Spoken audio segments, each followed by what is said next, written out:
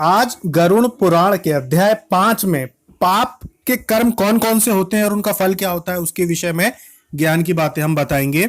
साधकों को गरुड़ पुराण की वीडियो बहुत अच्छे लगे और उन्होंने ईमेल और व्हाट्सएप पे ये निवेदन किया है कि उन्हें गरुड़ पुराण के सभी अध्याय जो हैं उनके वीडियो बना के अपलोड कर दें, जिससे वो आसानी से कुछ ही मिनटों में गरुड़ पुराण का ज्ञान ले सकें। इसलिए उनके अनुरोध पे अब गरुड़ पुराण के जो पूरे अध्याय हैं उनको एक एक करके जल्द से जल्द अपलोड कर देंगे, जिससे कि आसानी से जो लोग गरुड़ पुराण को सुनकर जल्दी से समझना चाहते हैं वो समझ सकते हैं। तो अध्याय 5 में श्री भगवान विष्णु ने गरुड़ जी से क्या कहा अब वो बताते हैं। श्री भगवान विष्णु ने कहा कि हे गरुड़, नरक से लौटकर आए हुए पापी लोग जिन पापों से जिन जिन योनियों में जाते हैं और जिस पाप से उन्हें जो चिन्ह मिलता है वह सब मैं तुमको बताता हूं। ब्राह्मण को मारने वाला 6 रोग से पीड़ित होता है। जो पूर्व जन्म में ब्राह्मण को मारता है उसे इस जन्म में 6 रोग यानी कि टीबी से वो ग्रसित होता है। गौ माता को मारने वाला कुबड़ा या मूर्ख होता है। कन्या को मारने वाला कोड़ी, ये तीनों चांडाल की योनि में जन्म लेते हैं। स्त्री को मारने वाला मतलब कि हत्या करने वाला, गर्भ को नष्ट करने वाला पुलिंद नामक मलेच्छ की जाति में रोगी होकर उत्पन्न होता है। अगम्य स्त्री में गमन करने वाला यानी कि दूसरे की स्त्री में के साथ संबंध बनाने वाला नपुंसक होता है। और गुरु पत्नी में गमन करने वाला दुष्चर्म रोग से पीड़ित होता है। मांस खाने वाला अति लाल रंग का यानी कि जो जरूरत ज्यादा गोरे लाल रंग जिनका होता है यानी कि एक रोग टाइप से लाल रंग चमड़ी की होती है वैसा होता है। मदिरा पीने वाले के दांत काले होते हैं। और जो ब्राह्मण जीभ की चंचलता से अभक्ष भक्षण करते हैं यानी कि जो ब्राह्मण होकर भी मांस का खाते हैं उनका पेट बहुत बड़ा होता है। जो दूसरे को न देकर स्वादिष्ट वस्तु स्वयं खाते हैं वह गलगंड रोग से पीड़ित होते हैं। जो श्राद्ध में अशुद्ध अन्न देता है वह सफेद कुष्ठ से पीड़ित होता है। अभिमान युक्त जो गुरु का अपमान करता है वो मूर्छा मृगी के रोग से पीड़ित होता है। शास्त्र तथा वेदों की निंदा करने वाला निश्चय पांडु रोग से पीड़ित होता है। झूठी गवाही देने वाला गूंगा, पंक्ति भेद करने वाला काना, लगे हुए विवाह को बिगाड़ने वाला ओंठ का होता है, बिना ओंठ का होता है यानी कि उसके ओंठ नहीं रहते। जो दूसरों की शादी तोड़वाने का काम करते हैं किसी कन्या की या किसी की भी, तो उनके अगले जन्म में होंठ नहीं होते। और पुस्तक चुराने वाला जन्मांध होता है। जो पुस्तक किताब चुराता है ज्ञानवर्धक, उनको अंधा होकर पैदा होना पड़ता है। गो ब्राह्मण को लात मारने वाला लुंज तथा पंगु होता है। असत्य बोलने वाला, झूठा हकलाने वाला और झूठ सुनने वाला बधिर होता है। विष देने वाला मूर्ख और उन्मत्त होता है। घर में आग लगाने वाला खलवाट, मांस बेचने वाला दुर्भग और पराये मांस को खाने वाला रोगी होता है। रत्न चुराने वाला नीच कुल में उत्पन्न होता है। सोना चुराने वाला बुरे नख वाला और धातुओं को चुराने वाला निर्धन होता है। अन्न चुराने वाला सांप, कोदो, ककुनी, धान आदि को चुराने वाला टिड्डी, जल को चुराने वाला पपीहा, विष को चुराने वाला बिच्छू होता है। तो पत्ते आदि को चुराने वाला मोर होता है। गंध चुराने वाला छुछुंदरी, मधु चुराने वाला डांस, मांस चुराने वाला गिद्ध और नमक चुराने वाला चींटी होता है। पान, फल, फूल को चुराने वाला वानर होता है। जूता, तृण, कपास आदि को चुराने वाला भेड़ा होता है। हिंसा करने वाला अथवा उससे जीविका करने वाला, तीर्थ करने वाले यात्रियों के धन को लूटने वाला, मृग्या करने वाला कसाई के घर में बकरा होता है। विषपान कर मरने वाला सर्प होता है। जो आत्महत्या करते हैं जहर पी के वो सर्प बनते हैं। सदा उद्दंड रहने वाला जंगल में हाथी होता है। बलि वैश्व देव करने वाले ब्राह्मण को नीच का अन्न भोजन करते हुए उन्हें व्याघ्र की योनि मिलती है। जो ब्राह्मण संध्या और गायत्री का जप नहीं करते, जिनका अंतःकरण मलिन है ऊपर से स्वच्छ बने रहते हैं, वे बगुला का जन्म लेते हैं। जो शूद्रों का यज्ञ कराते हैं वे गांव के सुअर होते हैं। जो बहुतों की पुरोहिती करते हैं वे गधा होते हैं। जो बिना निमंत्रण के भोजन करते हैं वो कौवा होते हैं। जो ब्राह्मण पात्र में विद्या नहीं देता वो बलवान बलिवर्द बैल, और जो शिष्य गुरु की सेवा नहीं करता वो पशु योनि को पाता है। गुरु को जवाब देने वाला और विवाह करके ब्राह्मण को जीतने वाला ब्रह्म राक्षस होता है। कहकर जो ब्राह्मण को दान नहीं देता वह सियार, और जो सज्जनों का सत्कार नहीं करता वो फेतकार की योनि में प्राप्त होता है। मित्र से द्रोह करने वाला पहाड़ी गिद्ध, धोखा देकर खरीदने वाला उल्लू, वाणाधम की निंदा करने वाला कबूतर होता है। आशा भंग करने वाला, स्नेह को भंग करने वाला, द्वेष से स्त्री को चुराने वाला मोर, द्वेषवश स्त्री का परित्याग करने वाला चिरकाल तक चकवा चकवी होता है। माता पिता, गुरु, भाई और बहन से वैर करने वाले हजारों जन्म लेते हैं और गर्भ में नष्ट हो जाते हैं।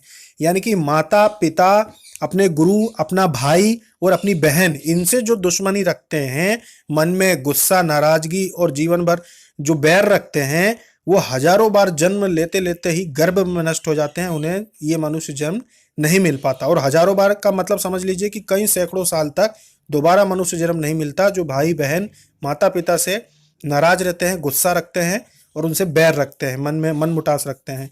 इसके आगे, सास की गाली देने वाला जोंक, नित्य कलह करने वाला और अपने पति को धिक्कारने वाली ढीठ होती है। जो स्त्री अपने पति को छोड़कर दूसरे पुरुष से प्रीति रखती है वो गोह, गोह एक बड़ी छिपकली को कहते हैं, अथवा दो मुंह की सांप होती है। अपने गोत्र, जो पति को छोड़ती है वो, अपने गोत्र को भ्रष्ट करने वाले, अपने योग गोत्र की स्त्री में गमन करने वाले तरक्षु और शल्य की होकर भालू की योनि में जन्म लेते हैं। जो अपने ही गोत्र की स्त्री के साथ संभोग करते हैं वो शल्य की होकर भालू की योनि में जन्म लेते हैं। तामस स्त्री में गमन करने वाला पुरुष मरुस्थल में पिशाच की योनि पाता है। जो ऋतुमती नहीं हुई हो ऐसी स्त्री में भोग करने वाला वन में अजगर होता है। गुरु की स्त्री से भोग करने वाला विषय खोपड़ा, राजा की स्त्री से भोग करने वाला दुष्ट और मित्र की स्त्री में गमन करने वाला गधा होता है। गुदा में गमन करने वाला सुअर, वृषली, शुद्रा में गमन करने वाला बैल, महाकामी तथा लंपट घोड़ा होता है। मृतक के एकादशा के दिन भोजन करने वाला कुत्ता और देवताओं के भागों को खाने वाला मुर्गा होता है। जो ब्राह्मण द्रव्य के लोभ से देवताओं का पूजन करता है वह देवलक कहा जाता है और देव कार्य तथा पितृ कार्य में निंदित होता है। महापातकों से युक्त होकर जो प्राणी घोर नरकों का उपभोग करके कर्म के क्षय होने पर इस संसार में पुनः आते हैं, फिर भी वे महापातक ही होते हैं। यानी कि जो पूर्व जन्म में जो भी गलतियां ये करते हैं उसका नरक में तो वो भोगते ही भोगते हैं। उसके बाद भी जब मनुष्य जन्म मिलता है तो ये सारी जो कमियां होती हैं उनके शरीर में होती हैं, और या फिर इस मनुष्य योनि में भी उन्हें तकलीफ पहले से ही निश्चित हो जाती है कर्मों के हिसाब से। ब्रह्म हत्या करने वाला मनुष्य गधा, ऊंट और भैंस की योनि में उत्पन्न होता है। मदिरा पीने वाला भेड़िया, कुत्ता और सियार की योनि पाता है। सोना चुराने वाला कीड़ा, मकोड़ा, पतंग आदि की योनि पाता है। गुरु पत्नी में गमन करने वाला लता वृक्ष आदि की योनि पाता है। दूसरे को स्त्री हरने वाला, दूसरे की धरोहर को पचाने वाला, देवता ब्रह्म के धन को हरने वाला ब्रह्म राक्षस होता है। कपट स्नेह से खाया हुआ ब्राह्मण का धन 7 पीढ़ी तक जला देता है। जो भी किसी ब्राह्मण का धन झूठ बोल के या हत्या लेता है उसकी अगली 7 पीढ़ियां तक जो रहती हैं वो बहुत तकलीफ उठाती हैं, गरीबी देखती है। और बलात्कार से तथा चोरी से खाया हुआ धन चंद्र तारा पर्यंत जला देता है। मतलब किसी का चोरी नहीं करना चाहिए सामान, धन या पैसा या कुछ भी नहीं चुराना चाहिए। लोह और पत्थर के चूरे को तथा विष को मनुष्य पचा सकता है, परंतु ब्राह्मण के धन को तीनों लोक में कौन पचाएगा।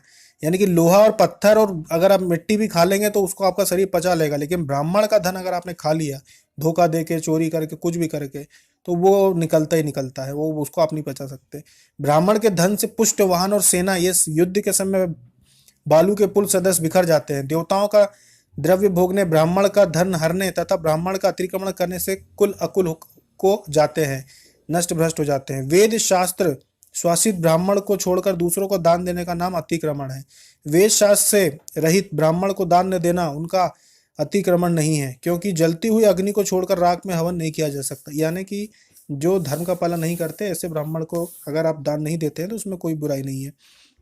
हे गरुड़, उपयुक्त कहे हुए ये सब चिन्ह और योनियां अपने कर्म द्वारा प्राप्त होती है जो देहधारियों में दिखाई देती है। इस प्रकार बुरे कर्म करने वाले नरकों की यातना भोग कर शेष पापों से उपयुक्त योनियों में जन्म ले लेते हैं। इसके पश्चात हजारों जन्म में पशु पक्षी आदि तीरक योनि को प्राप्त होकर भारवाहक पशु की देह, यानी कि अंत में जो योनियां रहती है मनुष्य जन्म के पहले ऊंट, बैल, गधा आदि होते हैं। उसके पश्चात वर्षा, शीत, धाम से उत्पन्न हुए पक्षियों के दुख को भोगने पर जब जीवों का शुभाशुभ कर्म फल समाप्त हो जाता है तब मनुष्य देह पाते हैं। यह जीव स्त्री पुरुष के प्रसंग से गर्भ में जीव होकर क्रमशः बढ़ता हुआ गर्भ से लेकर मरण पर्यंत दुख पाकर फिर मर जाता है। सभी शरीरधारियों का जन्म और विनाश होता है। 4 प्रकार के भूत ग्रामों अंडज, स्वेदज, उद्भिज और जरायुज का इस प्रकार चक्र चलता है। मनुष्य जीव मेरी माया से घंटी यंत्र के समान भ्रमण करते हैं। कर्म जाल में बंधे हुए जीव कभी मृत्यु लोक में और कभी नरक में जाते हैं। अदेय वस्तुओं के दान करने से लोग दरिद्री होते हैं और दरिद्री होने से पाप करते हैं। तथा पाप के प्रभाव से नरक में जाते हैं। इस प्रकार बारंबार दरिद्र और पापी होते हैं। किए हुए शुभ अशुभ कर्मों का फल अवश्य भोगना पड़ता है। बिना भोगे लाखों कल्पों तक कर्म फल क्षीण नहीं होता। जय श्री कृष्ण। तो जिस तरह से इस अध्याय में यह बताया गया है कि जैसे जैसे पाप कर्म हम करते हैं उसके हिसाब से न सिर्फ हमको नरक यातना भोगनी पड़ती है, उसके बाद भी जो जन्म मिलेगा वो उच्च कुल में नहीं मिलेगा, धनवान के घर नहीं मिलेगा, बल्कि गरीब के घर मिलेगा, बहुत ही दरिद्रता में मिलेगा और कोई ना कोई रोग या शरीर में कुछ ना कुछ तकलीफ लेकर ही मिलेगा और उसको ही फिर भोगना पड़ता है। और जब गरीबी रहती है तो इसमें यह भी कहा है जब गरीबी रहेगी तो आप फिर दोबारा पाप कर्म करेंगे। तो अब सवाल उठता है कि इन सब चीजों से बाहर कैसे निकला जा सकता है। बाहर वो व्यक्ति निकल जाता है जो अध्यात्म से जुड़ जाता है, क्योंकि यहाँ पे जैसे कि पूरे गरुड़ पुराण में ये कर्मों के फल बताए जाए हैं, इन सब से बाहर कैसे निकला जाए। चलो माना कि पूर्व जन्म में हमने गलतियां कर दी, पाप कर दिए, हो गया, हमें पता नहीं था, अध्यात्म नहीं मिल पाया पूर्व जन्म में, ऐसे साधु संतों का संग नहीं मिल पाया कि हम अच्छे कर्म कर सके, तो अब इस जन्म में कैसे उन चीजों से बाहर निकलना है, उस चीज को इसी गरुड़ पुराण के अंतिम अध्यायों में बहुत अच्छे से बताया गया है, जिसको सुनने के बाद हर मनुष्य नसीब बहुत ज्यादा प्रसन्न हो जाता है और आगे से अपने जीवन को सुधार सकता है पुण्य कर्मों के जरिए। आगे वो हम अगले वीडियो में बताएंगे आने वाले। जय श्री कृष्ण।